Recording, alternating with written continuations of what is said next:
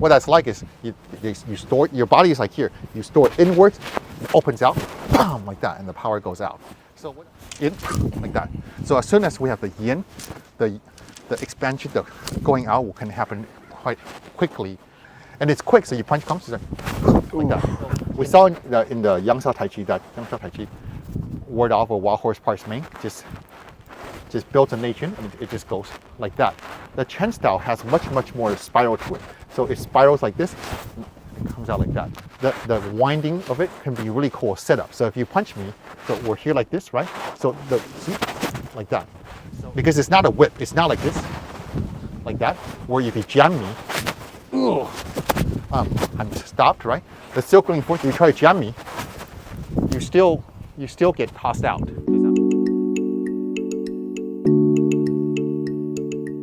All right, thank you for, what is that term they say in that movie?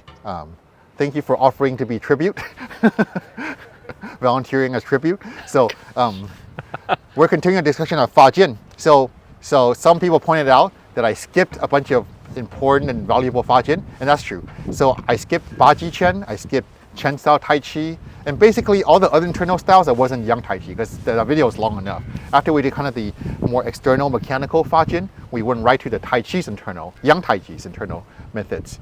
But there's other internal methods. Bagua, Xingyi, Baji, Chen Tai Chi. We're going to talk about Baji Chen and Chen Tai Chi, and about a fun topic, which is the 1-inch punch, or the 3-inch punch, as some people do and say. And so this will be fun for me, maybe for you. Okay, Thank you for your sacrifice. All right. So, but let's discuss the styles first. So Baji Chen, they talk about 3 types of Fajin in their 3 sources of power. One is sinking force. When they sink, that allows them to drive the force out into the body. The body weight goes down but falls forward and generates a powerful force that goes forward. That's one. Another one is what they call cross jin, in which power expands out both sides and up and down equally. And so that is a very important one. And so we're going to discuss this one because that one's not like any other ones yet. So you can think of it on a mechanical level. If your body, we talk about spinal bow, right? How your body can fire a spinal bow. If you could have an inward-outward bow like this, like that. So that would be a type of bow. And combined with up and downness. So your whole body folds and unfolds. Sometimes it's called open and closed jin in some styles. So Pigua will use this kind of thing. Tongbei will have these kind of things where they open and close. But Baji does it really well. It's really powerful. And I think it's related to the big pole and spear training. So what that's like is you store, your body is like here. You store it inwards, it opens out, bam, like that, and the power goes out. So what that feels like is, I'm not going to hit your body. So if you're here like this, or here on my arm like this, so we store like this, store, and then bam, like that, and this, it shocks outwards. It's really neat because the inward movement can be used to store the force, and then but also achieve a purpose. And then the outward becomes very explosive. So look like this. Give me your hand like this. So if I'm hitting you like this, don't let me knock you back. So like this is fine, right? Like that. So that goes out. And so this in part is cool. So you punch me. Let's show this hand for they can see. So this punch is coming. I block, right? I block here. This is about to hit me. So I block this, and the in part, I come like this. And you see, I redirect his hand up, and this is right here. And when I open out, yeah, he doesn't want to get hit by that. And it's quick, so you punch comes, like that. In that moment in which I parried, I checked his punch comes. I check this. This happens like that. Come, up there, start over. You punch, like that. It's actually a pretty quick thing. Or if I punch you and you block me, like this, right? Then I go up, and I'm in like that. So from the moment you try to block me, right? Then I kind of uproot your arm like this, and then we're in that distance, and you can fire that force. So that is a very formidable force. You punch in, I could block here, and I come into, I parry this down. So this is an in, and then out the force goes. But that could strike not necessarily your body or your face in different kinds of ways. So that's useful. It could be done to the fist. So you could go in, out like that. So boom, like that. The force goes out in both directions. So if you put your hand like this, so here, it goes in, it crosses in, and expands out like that. So you can do with a fist. And that makes a lot of sense. How you might apply that is like if you punch me, in like that. So as soon as we have the yin, the expansion, the going out can happen quite quickly afterwards. Or so that is a very useful and chains together. The coming in can in of itself be hitting. So if you have this hand up, right? So we are open, then the coming in could be the hit in of itself. So both force, you can Fajin with the inwards or the outwards. And it's very, very formidable. It's kind of like the whipping, but the body's more one mass as opposed to like a whipping transfer of momentum and mass. Make sense? Yes. And the next one, the third element of Baji's Fajin, from dropping, crossing, the third one is circulating, how we spiral force through our body. And I'm going to move forward now to talk about Chen style Tai Chi, because even though Baji Chen does circulating, Chen style pretty much is completely obsessed with circulating. So I might as well just talk about their circulating. So silk comes from silkworms that make cocoons. And to extract the silk from the cocoon, they spin the cocoon while you pull on the thread, and then you unspool it. So it refers to how the silk thread is wrapped around the surface of this thing. So silk really travels along the surface of the body. So it's like they spiral from your feet out to the hand. An important thing is that it is not like whipping, in which like whipping one part of the body goes, and then it transfers, the movement transfers and flows through the body. It's not like that. So I do see some people try to do circling like that, where they go like, this is movement called lazily tying cloth, that they go like that. That will generate painful whipping power, but that's not quite the same as the true circling force. The true circling force, the winding happens concurrently, and then the force goes out like that.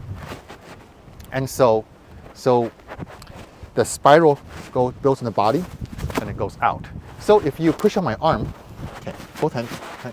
So we saw in the Yang Shao Tai Chi that Yang Shao Tai Chi, ward off a wild horse parts main, just builds a nation, and it just goes like that. The Chen style has much more spiral to it. So it spirals like this, it comes out like that. And the trajectory is different, right? What do you feel when you experience that one?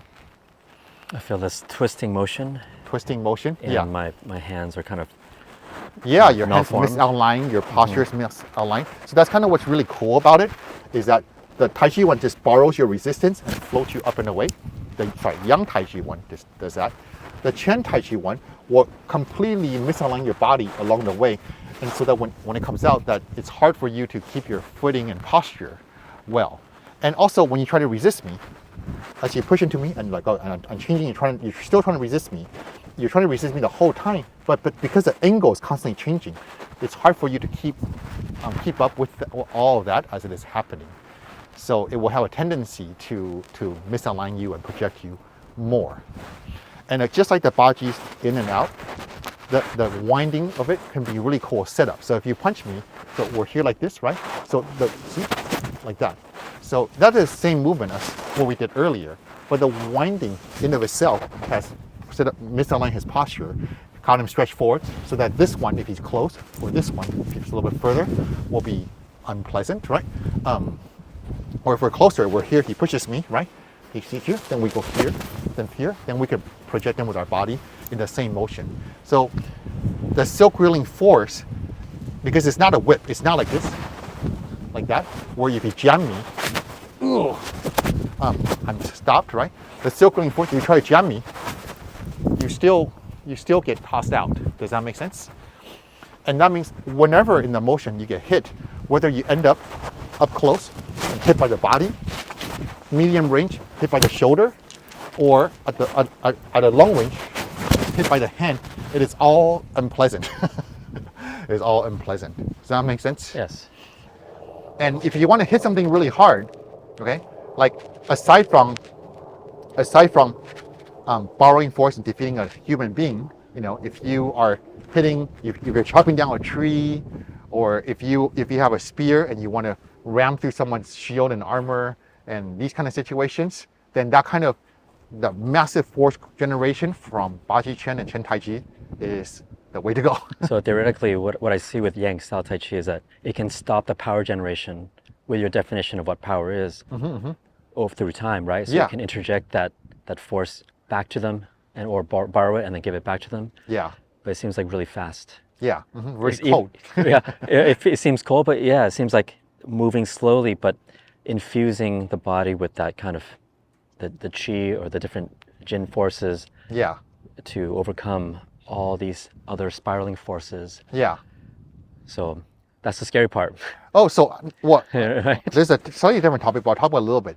The spiraling forces are very effective against attempts to disrupt them, actually. So. Oh, really? Okay, yeah. so if you do like peng on me, so yeah, yeah. Okay. No. I push on you and you do peng on me. So this is Yang Tai Chi peng, right? You have this upward floating. Okay. I'm going to do like a chop, and then you do a peng on me. So see, so that's floating me out. So I'm doing whipping chop and you peng. So that is quite effective, right? If you look at Chen Tai Chi's lazily tying cloth again, so I'm here and you do a peng. Ready? Here it goes.